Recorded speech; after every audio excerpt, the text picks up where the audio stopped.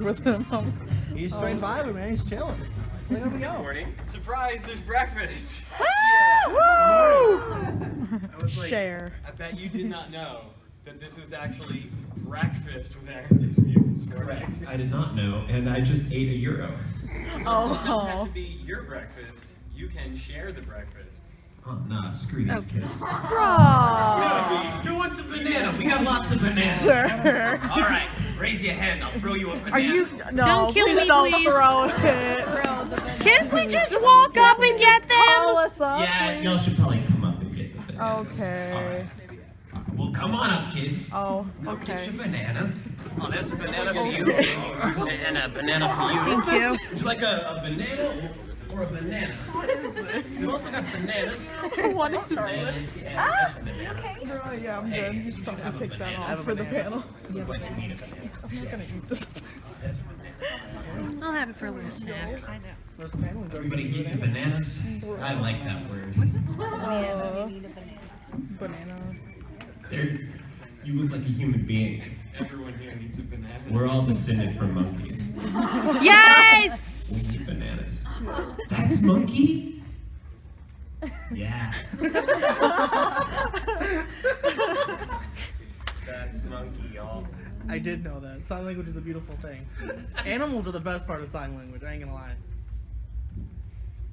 Banana. Whatever you say, John. There you go. Visually accurate, right? Yeah, self-explanatory. We have sun chips. Sun chips are notoriously loud. I'm really curious if there's a sign for the sound that a sun chips bag makes. Surely not.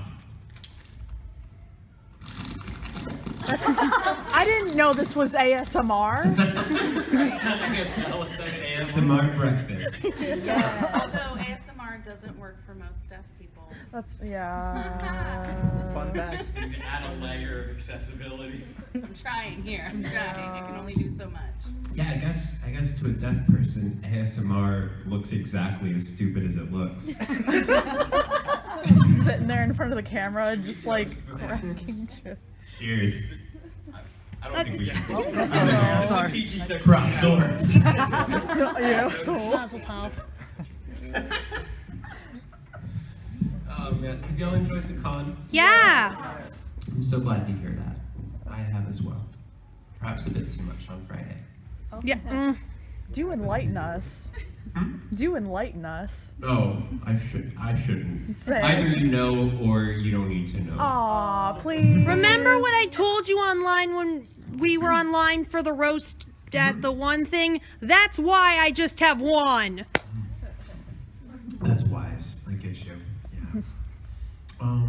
So, do y'all have any questions about the anime? Y'all, oh, I had one really cool experience before. I will get you.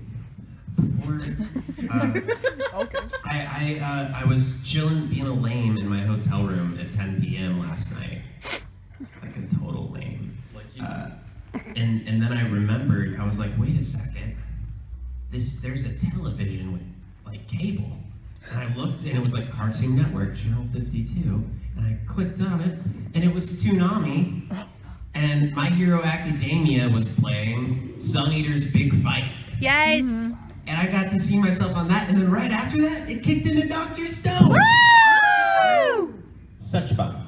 And it's super nostalgic and like I've had some like great times in the past with Toonami. So it's really cool to be back and to know that there is someone out there that for some dumb reason still has cable who's having the same experience I had as a kid. Yeah. Okay, go ahead, Sarah. So what I was telling you earlier was about the Sun Eater episode and how I'm on the autism spectrum. That really, thank you so much, related to me, and I hope to God, there's some way I could tell Rico and Colleen, but thank you so much for that episode, because that's also, when I was starting my 8th grade, almost all of my other friends had moved, and I only really had like 1 or 2 other friends, because, I was bullied a lot, and so I didn't really have any other friends, and I don't want to start crying. I didn't really talk to anyone because I was like, no one's gonna be friends with you, Sarah, because you're just disabled.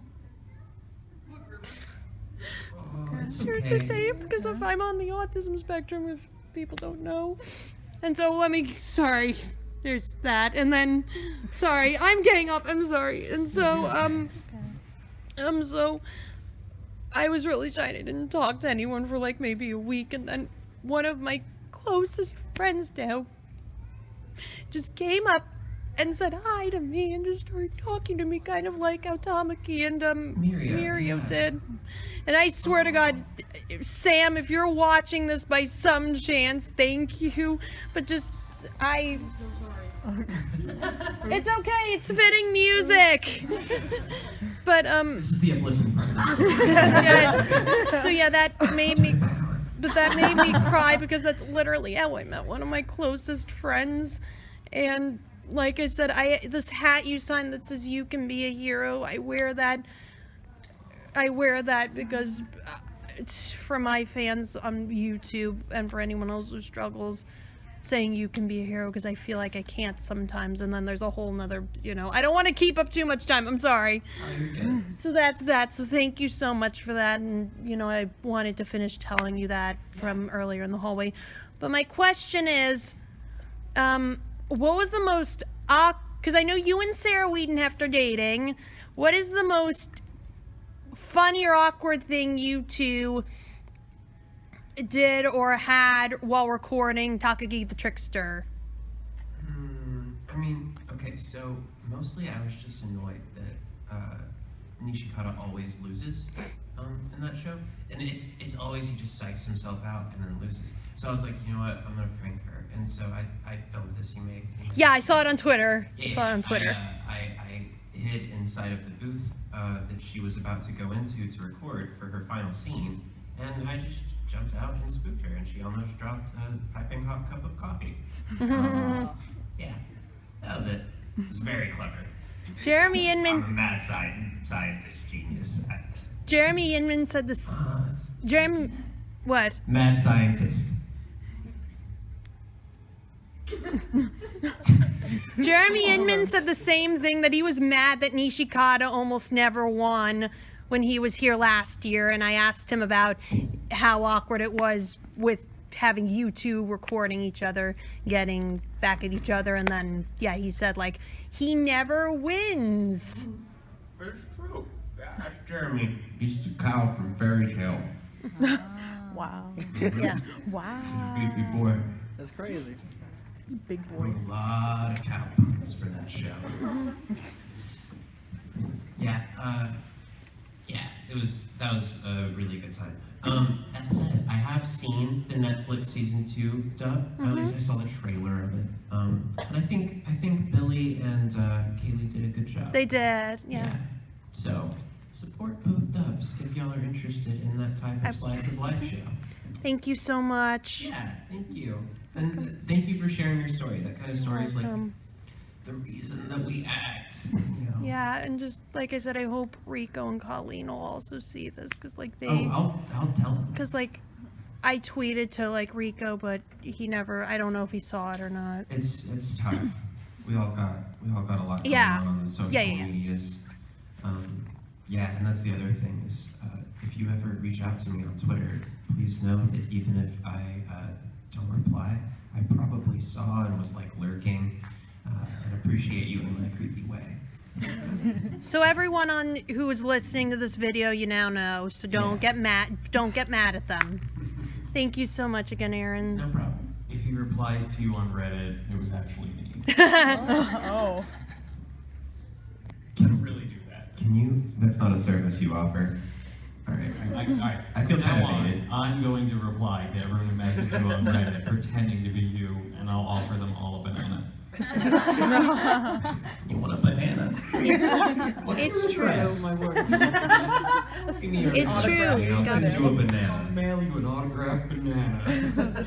People coming up to you at other cons, hey, you promised me a banana on Reddit. One thing I did forget to get you is the mouthwash or the toothbrush, because I know he said last year the next time you see him, give him mouthwash and toothbrushes to see how many he gets. And I forgot to get one this year. Yeah, I forgot to get that. I passed a CVS on my way home from work, and I forgot to get I forget what the backstory of this is. I don't even. Is it just that I have bad breath, or Or what is like Craig every telling you? like remind me all the gags. And No. He said because he kept having his crashes when he was getting dental care. Oh. Yeah. So, okay, wait, who all was here last year? Okay, gotcha. Well, everybody who was here last year knows Mike McFarlane, the director of Full Metal Alchemist, Tokyo Ghoul, Attack on Titan, and others, or of their dubs, you know. He sang a song at my roast. Yes. About all of the car crashes that I've been in, which is like 4 I had to report where the car was totaled. And there have been others that I didn't have to report. And so I didn't because my insurance would have shut up. Yeah. Life is hard, yo. You know, the thing is, we all have different aptitudes. You have the video of that song? Yes. As long as you can skip straight to the song.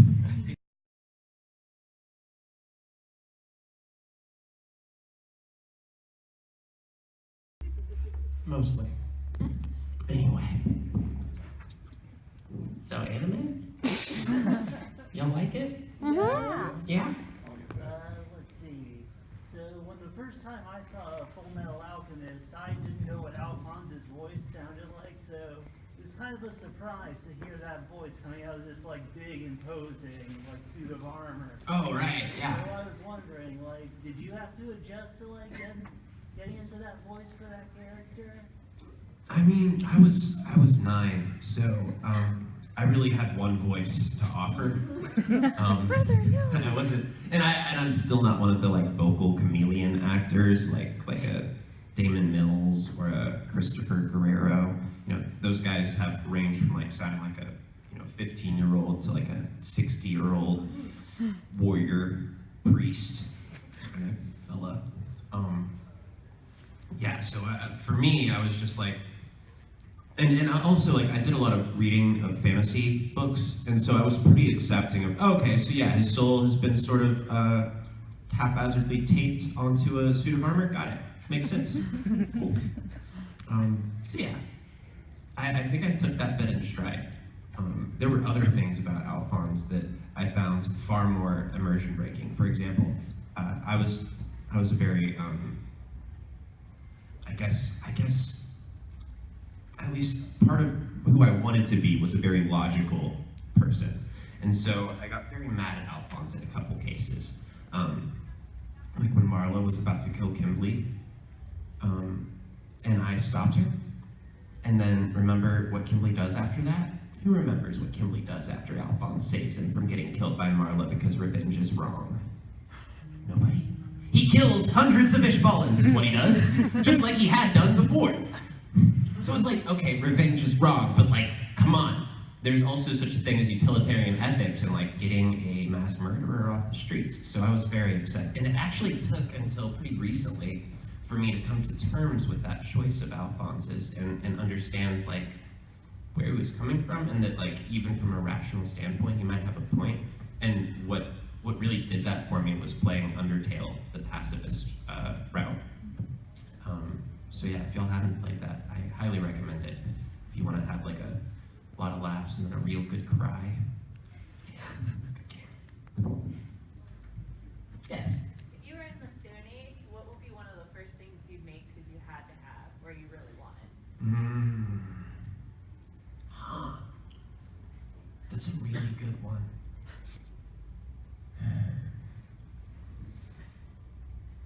I mean, there's so many like, assuming that I can make anything, Yeah. probably a vehicle of some sort. So you can crash it, right?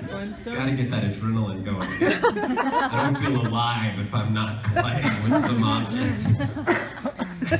Superhuman speeds. Ooh, there's the Undertale, yeah. All right. Yeah, that's good.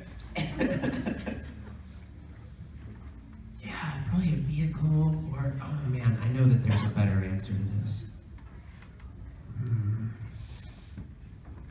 It's that or something to do with food. I would want to eat well in the Stone Age. Maybe I'd invent ramen, like Senku did. I really wonder if that ramen would taste any good. Cattail millet sounds suboptimal. Yum. Oh, that looks good though. Yeah. Any other questions? Yes. Going back to Alphonse, like, how did you get your start? I was a few minutes late. I don't know if you answered that Oh, question. no worries. So the way I got my start in Funimation at all, I'm about to spit out gum and don't look at me. Everybody look away. Wow, I think almost all of you looked except you. I saw that. You still watch. With gum in your mouth? No, I put in the gum after. Probably. We have video. No, I put it to the floor when you did that. See? Sketch back. Thank you. You're welcome. So the way I got my start, my very first start was I was 9 years old, and I was pretending to read Lord of the Rings, at the very least pretending. And I turned every last page, and I got something out of it, but I honestly think that a lot of it was beyond me, and I need to reread it. But I was pretending to do this, and so that impressed my cousin, Justin Cook, who was directing a show called Fruits Basket at the time. And he normally would use adult women to play the roles of children. That was like the common thing, and it still is the common thing to do. They haven't found a real boy to replace me at Funimation yet. I mean, and obviously I'm not still doing real boy parts.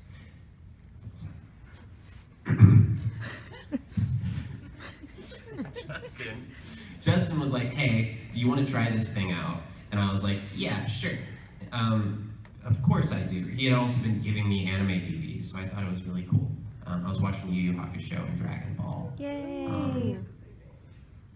And I think, well, I don't remember what the timeline was with Fruits Basket, but so I go in and I voiced young Akito in a single flashback scene for Fruits Basket. And in that scene, all I do is I think I whip Yuki's feet. I tell him he's a freak and nobody will ever like him. And I guess I was just a natural sadist because he was like, you did great, kid. Because, you know, the thing is, like, it was a low-risk situation. You know, if I had done well, that's me at, like, 15. So, age that back even further. The video, Younger pictures, you won't. but they all have someone else in Skater boy them. hair. And them up. Gotcha. What was I gonna say? Right. So I did okay at that. So then he was like, tell you what, let's have you voice a character who has more than 2 lines. And so he had me do Hiro Soma in the same show. I did that and it was a great time. And I think what would have been rough, like I can get pretty anxious as well with public speaking. Not in this situation so much because I know that all of you for some reason have a good opinion of me. And that's kind of why you're here. No, yes.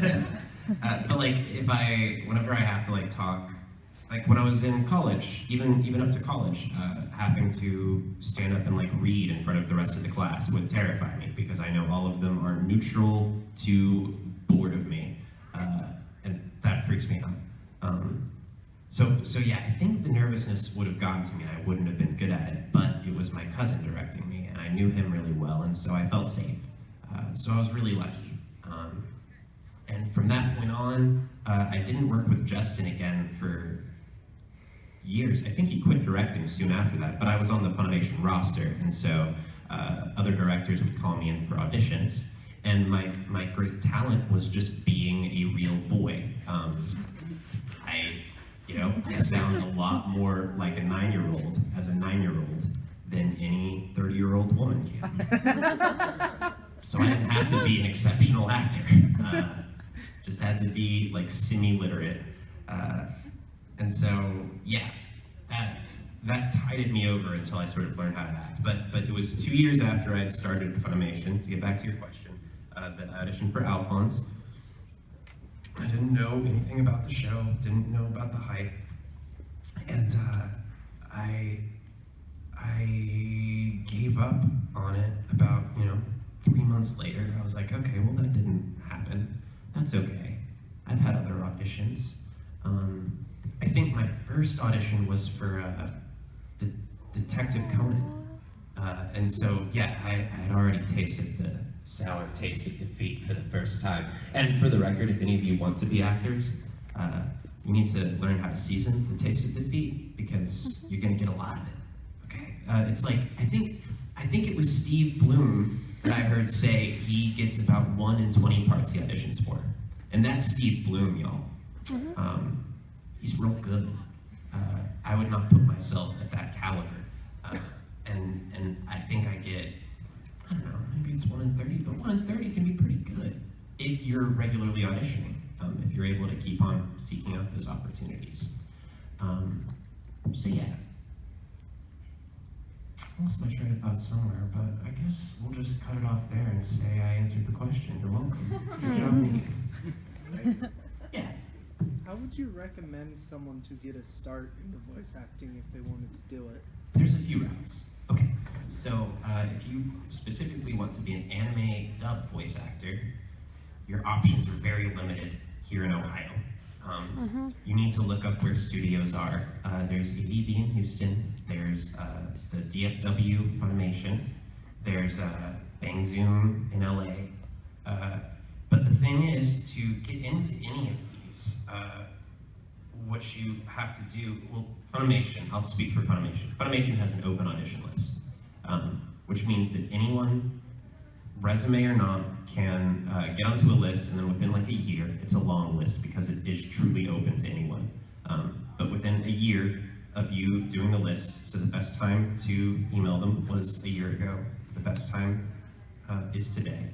The second best time is today. That's how the saying goes. It's like planting a tree. But yeah, if you get on that list, they will call you in, and they will hear you read sides from a book of sides of past characters. And the director who's listening to you will give you a little report card, and if they like you, they'll recommend you to the other directors for what's called WALA. So this is where it's tricky, because if you wanted to be an anime dub actor, what you would need to do is, so you would get on that list, you'd make preparations to move a year from now. You would then move, hope you do well at the audition, and then if you do well at the audition, that doesn't mean you get a big part that's gonna start paying your bills. That means you get called in for WALA sessions about once or twice a week, maybe, if you're like hot right off the bat. Yeah, and that's what WALA sessions are like, honestly. Except that you would be inside of like a tiny little soundproof closet thing. So it's usually 4 people inside of a closet, and you'll do background sounds, and then you'll go do individual characters, and that's kind of where you get to shine as like as an individual actor and get some one-on-one time with the director. Yeah, so you would do that for months. Some people do it for years before they start to get named roles. And then once you get named roles, then you can start to think about like making real time and actually like making any money at voice acting.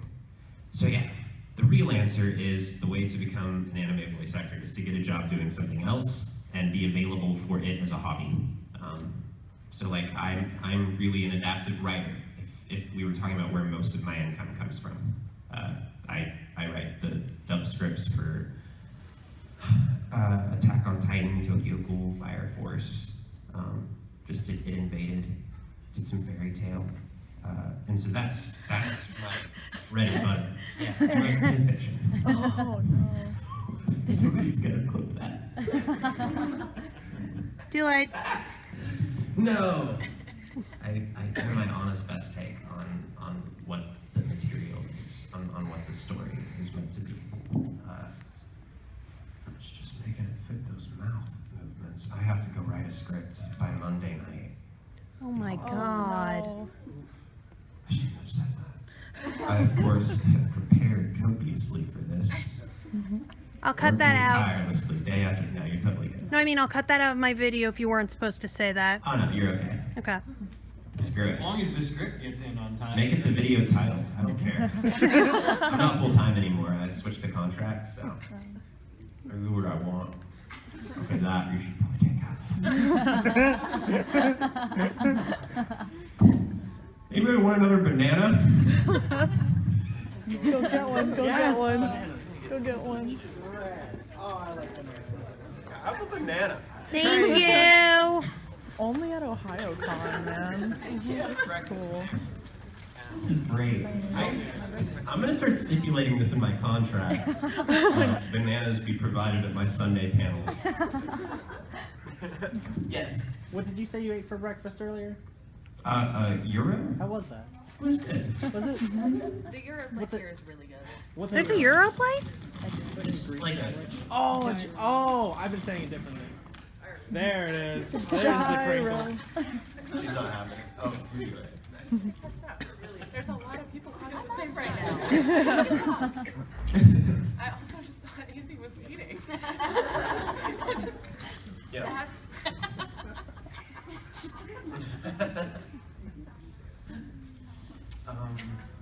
What were we talking about? Your Euro? Oh yeah, it was great. So it's a sandwich with like a more of a flatbread, and it's really shaped like a taco, but it's totally a sandwich. Don't ask me why. And in my case, it had something between yogurt and cottage cheese in it, but good. Oh, that looks kind of rad. Yeah. It is good, yeah. So where do we stand on that? How many of y'all agree that that is a type of sandwich? What's a taco? How many of y'all believe that's a taco? Why not both? It's a taco You can keep your hand up sandwich. for both, yeah. I guess both. It's a not very well close. Okay. I have another question. But the majority of y'all are like, that's a euro, obviously, and that's all it is. Whatever. Its own category. So what defines a taco if that's not a taco? Oh, it's a wrap. How many of y'all think that's a wrap? I can see it. Okay. How many of y'all think that a wrap is not a sandwich?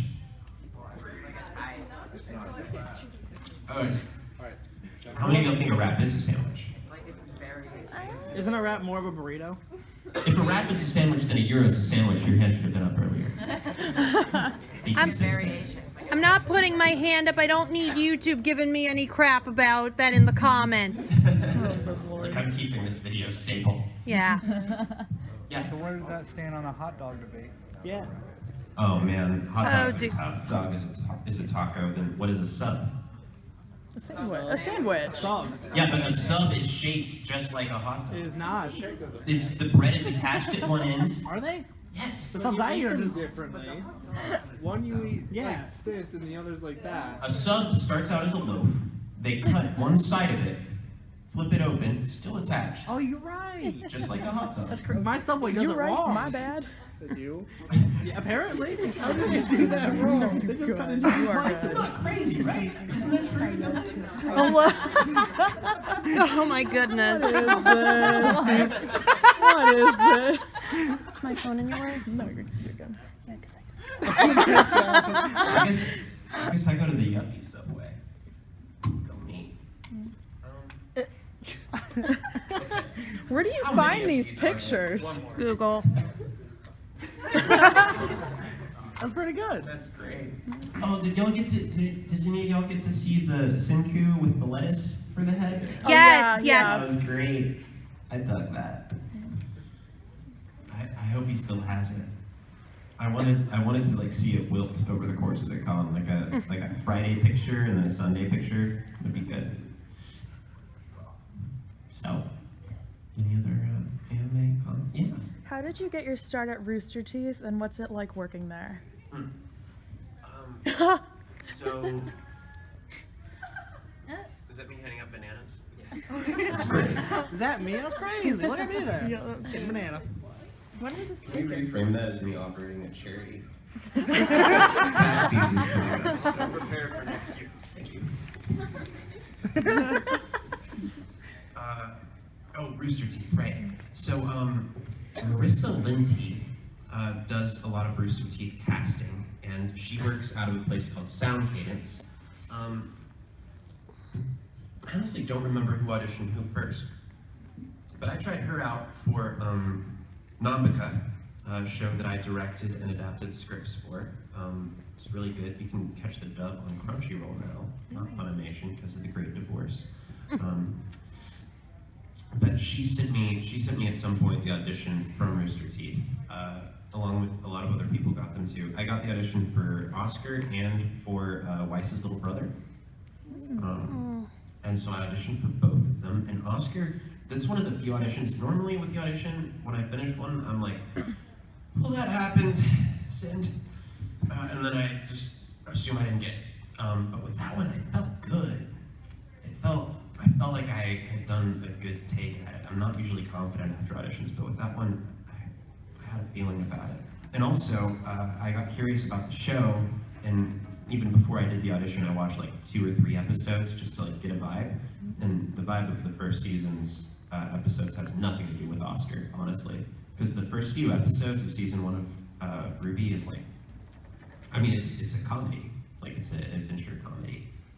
Which is how they like got us all attached.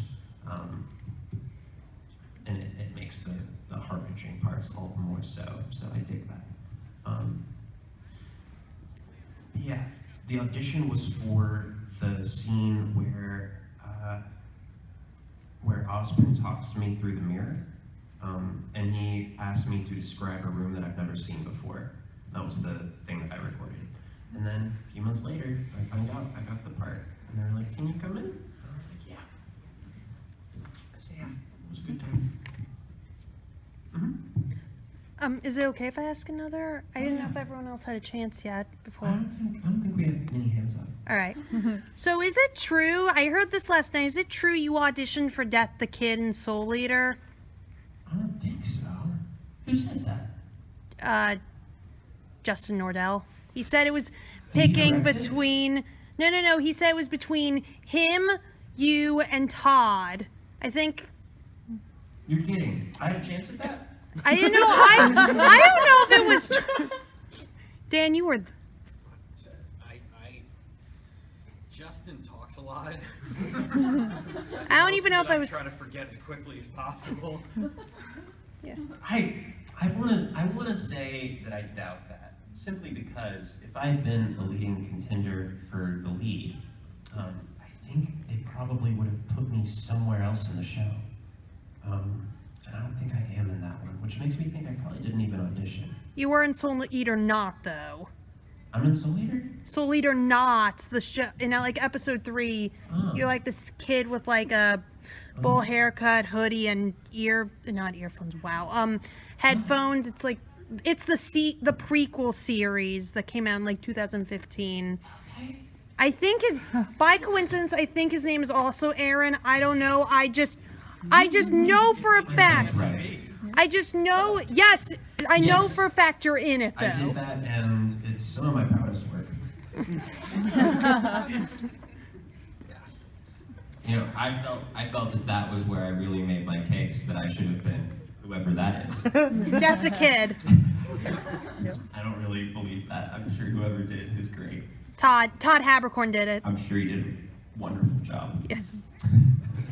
I would actually like to watch Soul Eater one of these days. You haven't seen it? Bro. Why? No. Listen, I watch a lot of anime. It's just, I avoid a few titles, not even deliberately, but just when I know a title's super long. Like, I've heard, one of my best friends says Hunter x Hunter is like the best anime they've ever seen. And I want to watch it, but also I just know it's 200 or however many episodes. How many is it? A lot. 112. Yeah, 112 episodes, and that makes me like, that's a lot of time. And once I start, I won't be able to stop. And also, that kid's shorts are goofy. There, I said it. It's canon. Bill Farmer was here last year. Hmm? Goofy, not this. Oh, he's a Goofy, so. Oh. Get it. Too early? was a character that you didn't get the role of, and you really wanted it to be? Who would it have been? Like, who is your dream role, character-wise, from anything? I mean, Sergeant Frog. there it is. Yeah, just everything Todd Havercorn's done. I'm sure I could have done it. Absolutely not. Typically, my stance is that I have faith in the directors, and I do not wish to be miscast in a role that I can't do. So, for example, for example, you would think Natsu would be a great job for, a great gig for anyone's career. That dub would have been significantly weaker if I had been that character, because I don't have that kind of, I don't have the ability to do that powerful hero cry. Whenever I am screaming in combat, I sound like I am hurting, because I am. And I can do that, and it works for some stuff, like it worked for Escaflone's redub. I was Vaughn in the Funimation version of that, and I think that my horrible squawking translated into good emotion. But in shows where like it's supposed to be like active, energetic, like sometimes it's like almost a happy battle cry that you're expecting from a Natsu. I could never have delivered that. I could never have brought that level of energy to maybe any role. I don't know. I don't know that I can. So all that's to say, I love the parts that I've had, but I wouldn't want to. If a role got given to someone else, then I think it's probably for a good reason. That's how I'll put it. Yeah. Would you say you're kind of like more like you like binge anime shows, or you like watch, or you like a seasonal watcher? It depends on the shows. So like, I'm usually a binger, and a lot of the time I'll wait. Like I'm waiting for My Hero Academia, the new season. I'm waiting for that to finish, and then I'm gonna binge it. That said, I'm caught up through season 3. But then there are other shows like Promised Neverland I watched weekly, Food Wars I watched weekly, and another one. Oh, Mob Psycho, the new season of that I watched weekly as well. I love that show so much. Really good. If y'all haven't seen Mob Psycho, treat yourselves. He's right. It's a good show. It's too awesome. It has so much heart. Okay, so I've been thinking about OP characters, and I'm sure some YouTuber has said this better than I can, but it's like these shows where the main character is overpowered and there's no chance that they're gonna lose any fights.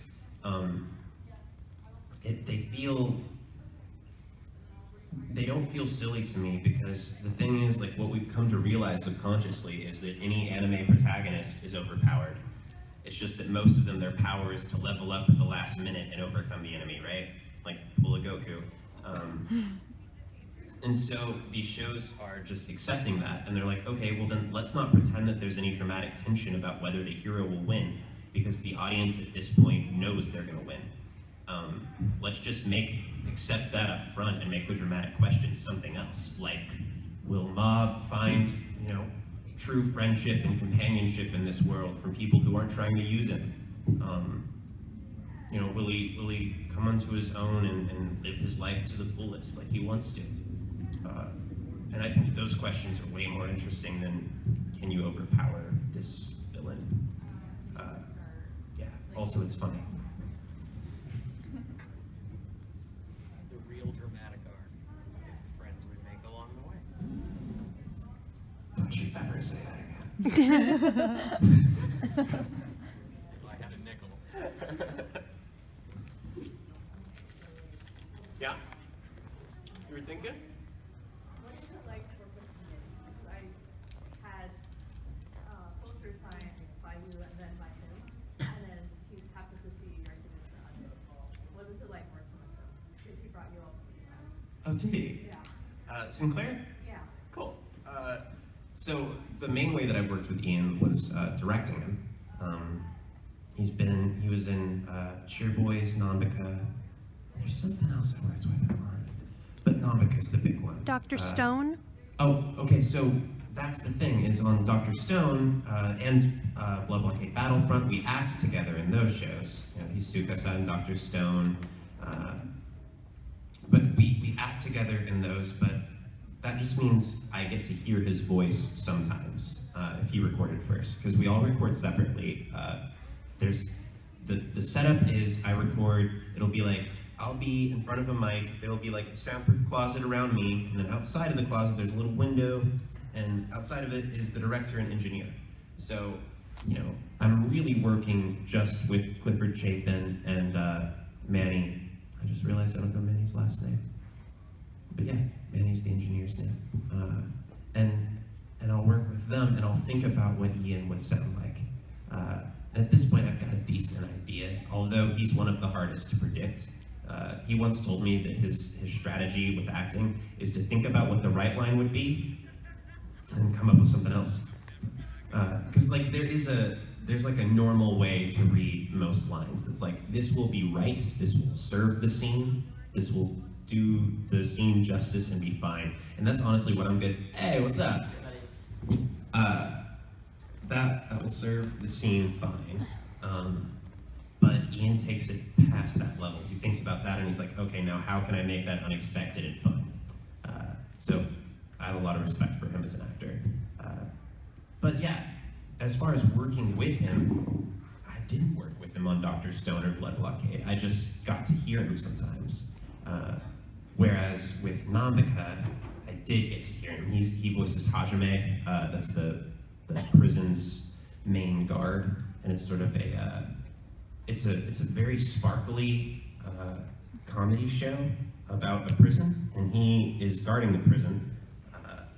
And it's actually like the gruffest that I've heard him go. Basically, the reason that I cast him in it is because I heard him do a great Gronk impression from Emperor's New Groove, and I was like, yeah, this sounds like Ian Sinclair's Gronk. Yeah.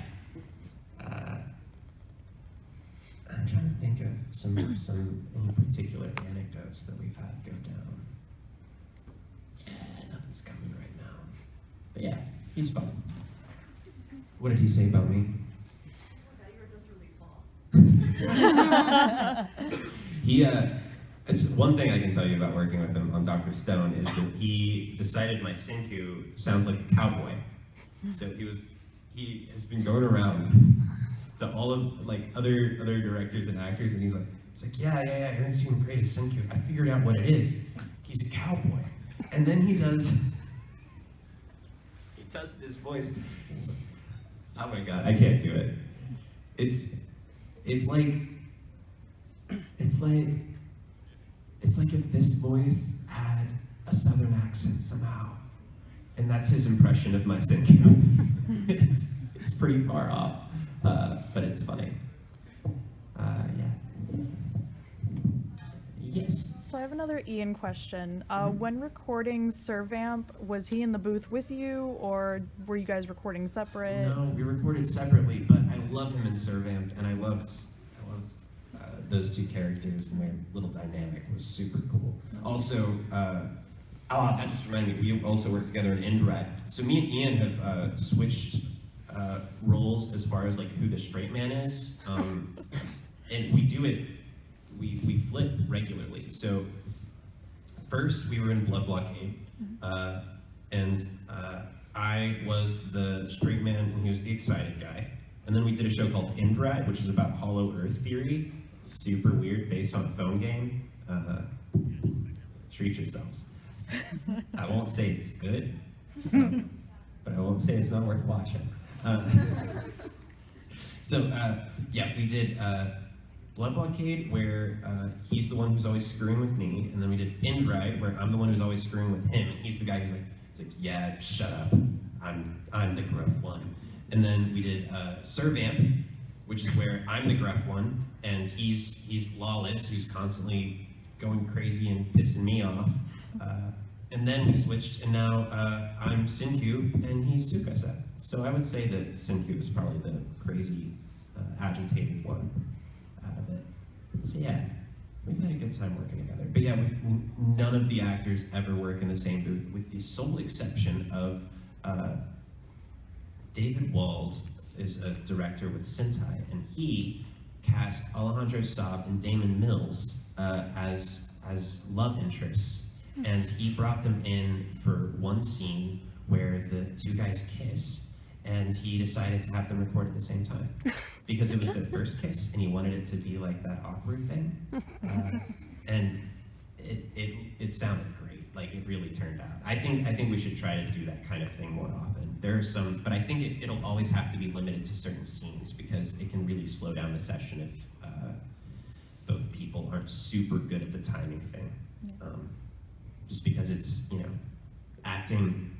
acting chops alone aren't enough to do voice acting. You also have to have that technical skill of subconsciously being able to look at the flaps while also looking at the scripts and thinking about the emotions and thinking about there's a hitch right here and his mouth gets really big right there and then there's a CT growl and a gasp, and then you have to talk out of that. So that sort of thing, it can get in the way of letting you build a scene in that way. Yes? What would you say some of your funniest moments while directing are?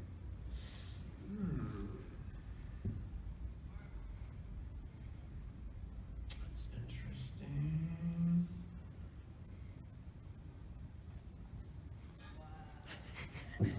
Crap, it's Santa Claus. Bar the doors. No, it's worse. It's Krampus. It's Krampus. It's Sinterklaas. Yeah. And his 6 to 8 friends. It's Sinter Nicholas, even worse. Have y'all heard of Sinterklaas? There's a great sketch about him from David Sedaris. I don't know if you'd call it a sketch. It's part of the book.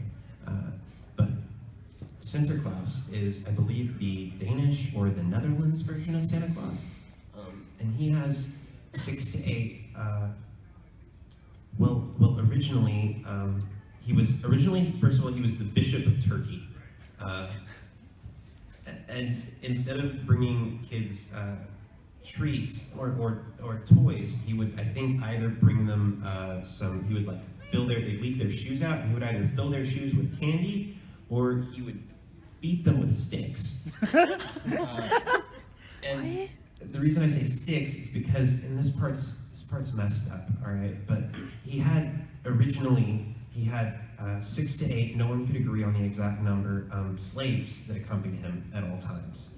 And then recently they decided to change that to good friends, which typically there is something between slavery and friendship, a period of mutual enmity, war even.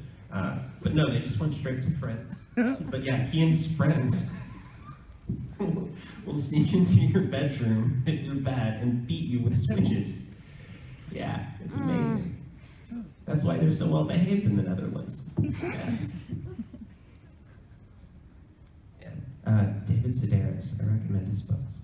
A lot of things that come up in the search I can't even on the screen. Oh, no. There's some racist shit that pops up in here when you type those 3 words. Well, It's really weird. It's kind of racist. That's why I said, All the things I have searched this weekend, and some of you have been to some of the late night panels, David Sedaris, Sinterklaas, is full of things I can't put on a screen. Okay, sorry, there was a question. What was it? What was the funniest moment while directing? Funniest moment while directing.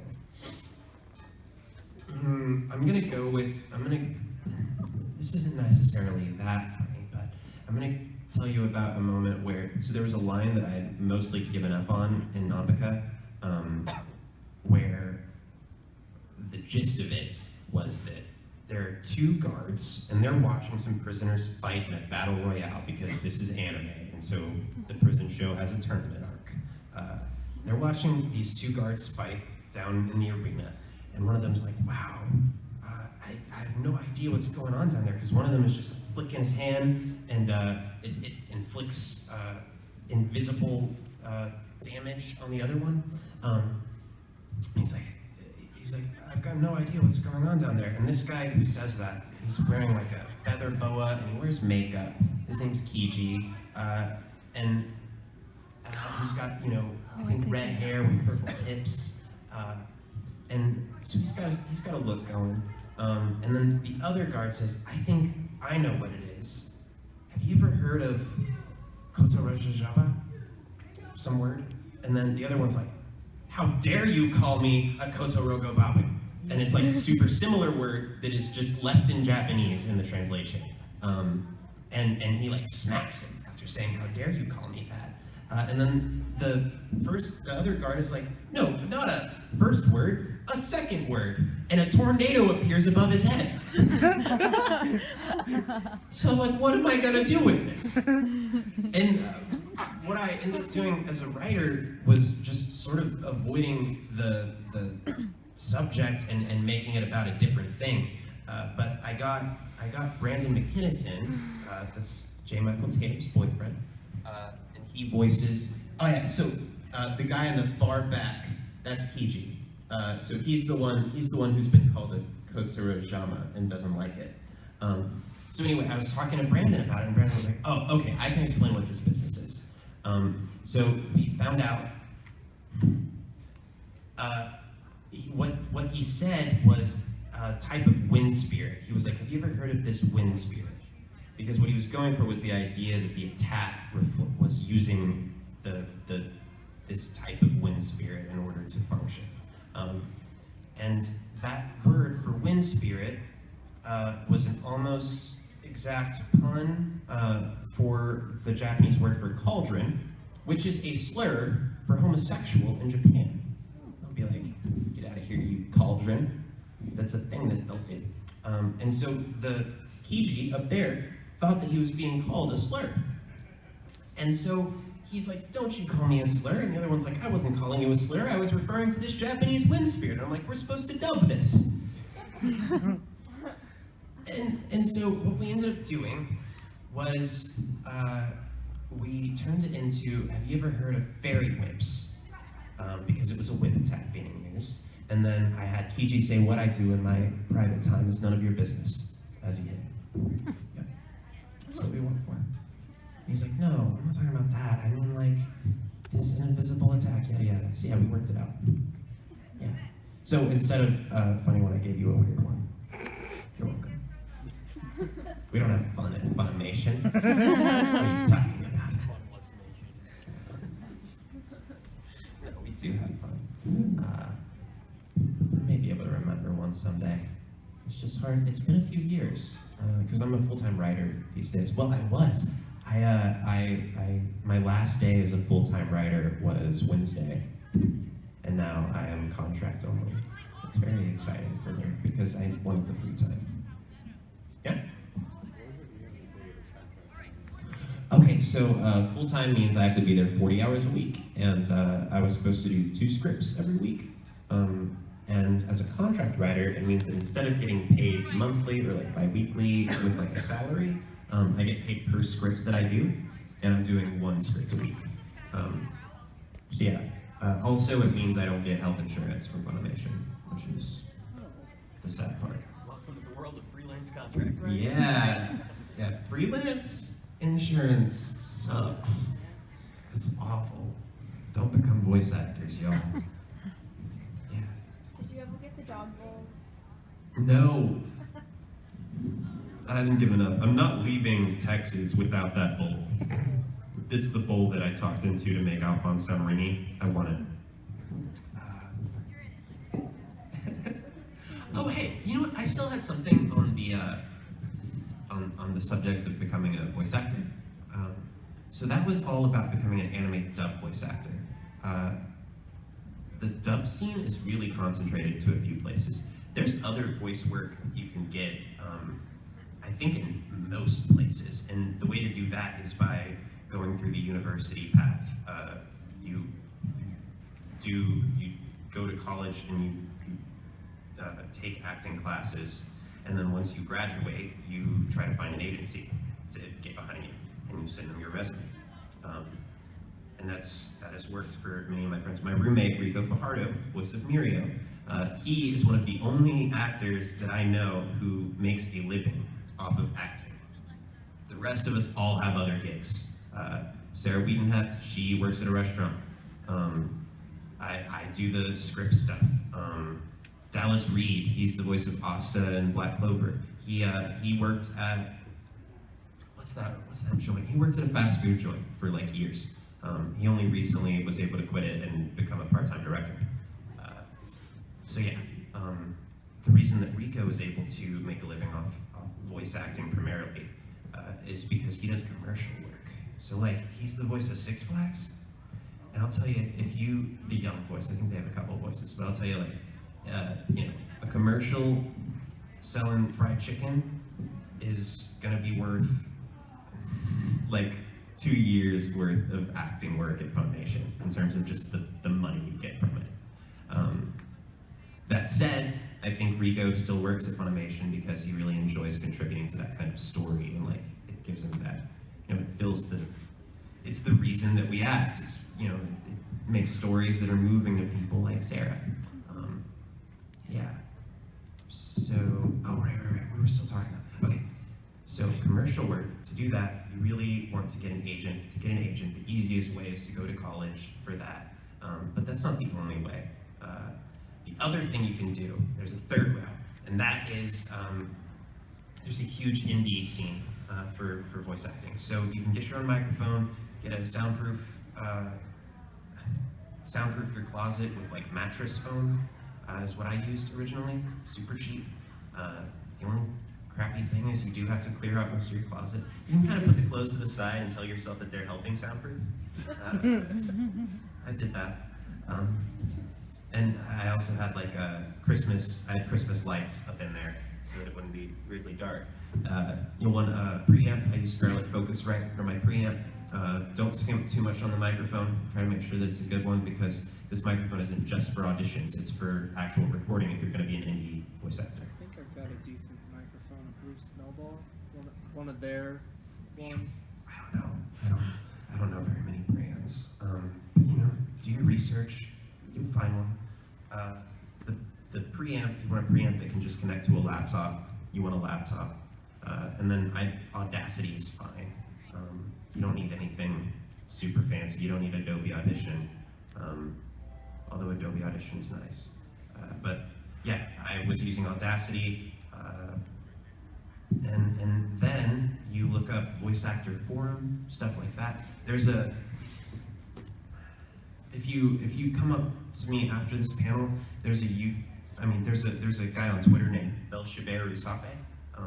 And Bel is he has a very good pulse on that scene, and he posts open auditions whenever he finds them. And those open auditions are like audition online and then record online if you're cast, and they pay. I think the rates are like usually by line, and so I don't really know what they translate to hourly, but that's a great way to start to flesh out a resume. And if you want to get an agent, well, a great way to get an agent is to have a resume that has a list of things on it that is work you've done. So yeah, I think that covers everything I know to tell you. Other than your own, who's your favorite character from RWBY? And why?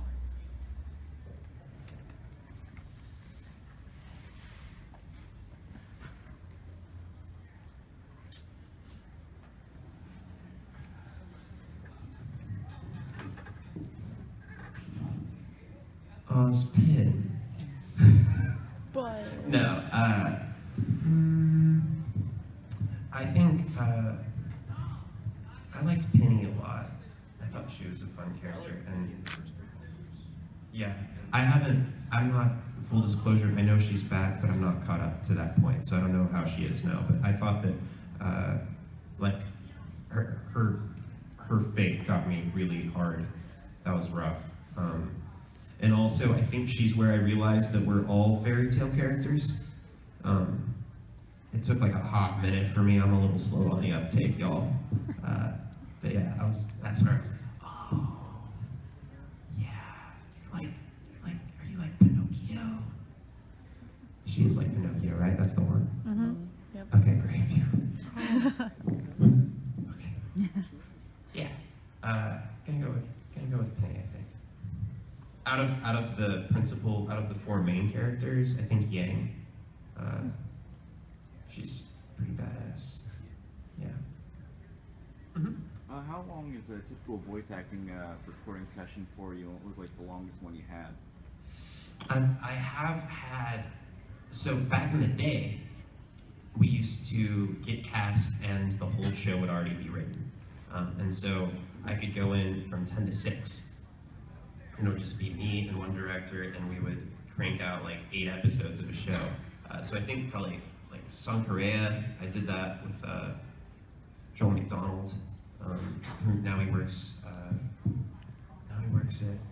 oh gosh, what's it called? They did Borderlands. Whatever that studio is. I'm not sure. Gearbox. I think it's Gearbox. Yeah, you're right. Okay, yeah. Yeah, he works at Gearbox now. But I remember working with him, and we like knocked out a whole show in like 2 or 3 days. And the way we did that was by coming in at 10 a.m. and leaving at 6 p.m. Yeah, which is, I kind of like how we do it now because it feels more like I have something to do all the time. As long as I'm in a show, like I can expect to have a place to go and do some acting every week. That said, there's something to be said for like when you're on hour 4 of pretending to be someone else, and it's just the same person that you were pretending to be for the last 4 hours. There's something to be said for that. It's more immersive. Whereas going in and doing Dr. Stone every week, it's like, you know, it takes like 30 minutes before I really feel like I'm in the right space to be the character some of the time, you know? There's like a slip-in period where you need to like forget yourself and check your eco and take on someone else's, what have you. Yeah. Ego.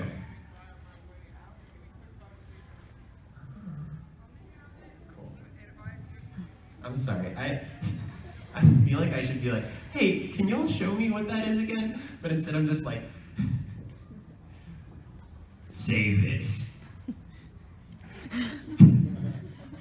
Do y'all do, is there a way that you try to demonstrate pitch of voice or like the way that something's delivered?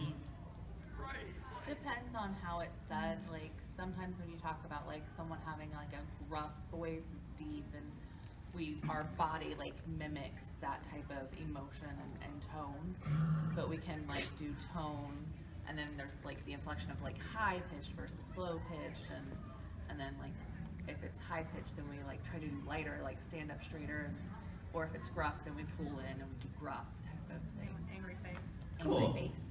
Or like Jason Marsden, he said he asked how you would sign a yuck, but it's a yuck. It's just a yuck. It's a laugh, and you just yuck. But That's there's great. not like a sign for it. It's No. Yeah. Just demonstrate what it is. more visibly. Yeah. Yeah. The language includes body, facial, as well as what you produce. Cool. Thank you for sharing. Yes. After explaining the character, what's your favorite part about like the character, like his personality or anything like that? Probably his. I think his confidence and drive. Like I've never. He kind of reminds me of my dad in some ways, and that my dad fixes. My dad will never take a car to the shop. He always fixes them himself, and it's the same with like home repair and stuff like that. He's a teacher, so he's got a little extra time on his hands, and so that troubleshooting is something that I've seen before with him, and it's something that I don't have the skill. I mean, I will hit a brick wall and I'll be like, that's a brick wall, we're done. But Sinku, like my father, is like, all right, let's turn this into a door. Let's find a way. There is a way, and I will find it. And I respect that so much, and it's a very cool thing. And that is actually how I feel about script writing now. I will say. You know, ever since that moment with the wind spirit tornado cauldron, it was like, that was the situation where it was like, there is no way to translate this. Well, there is though. There is a way that you can draw some sort of thread. And I think there is always a secret path forward with getting across these stories between, like, helping these stories to cross the language divide. Yeah. So I like that about Senkyu a lot. I also like the fact that he doesn't hide his what would you call it? His greed, his intentions. He is very willing to look evil, and if you have a problem with that, he is confident that he is useful enough that it doesn't matter if you have a problem with that. He's like, you don't have to like me. Like, for example, like, he could have handled the situation with Ruri whenever they got married. He could have handled that so much better than I want a divorce, and then running away with the goods. He leaves with the booze. But he didn't need to, and so he didn't bother doing it. He was like, I'm confident the village won't kick me out. I'm gonna make this drug. It's gonna cure her. He's so lucky. Did y'all know that the actual actress for Ruri, or our English actress for Ruri, she is allergic to sulfa medication? No. Or wait, yes, I did. Yeah. Yeah, it's hilarious. So if she had been in Ruby's situation, Senkyu would have totally killed Ruby. I mean, she was gonna die anyway, but he would have made it happen faster. It would have gone exactly like they thought it was gonna go immediately after she took the drugs. Yeah. So I also like that he doesn't front. He's going to be open about his intentions. Same thing with Tsukasa. And yeah, I respect our differences the most, I think, because when Tsukasa was telling that thing about, like, he had just, like, punched the head off of a stone statue, demonstrating his massive strength, and he's about to do it to another, and he's like, don't you agree that the world will be pure and better if we just kill all the old folk? And Senkyu stops him. Senkyu's like, no, I don't agree at all. I would have been like, oh, yes, sir. Yeah. You got it, buddy. Reach, brother. And then I would have tried to kill him in his sleep. But I'm more of a kid, I guess. Senkyu isn't like that. He's gonna be straight up. Unless if it's necessary for him to do otherwise. Yeah. Oh crap, we're 10 minutes over time. Thank you so much, y'all. Woo! Thank you.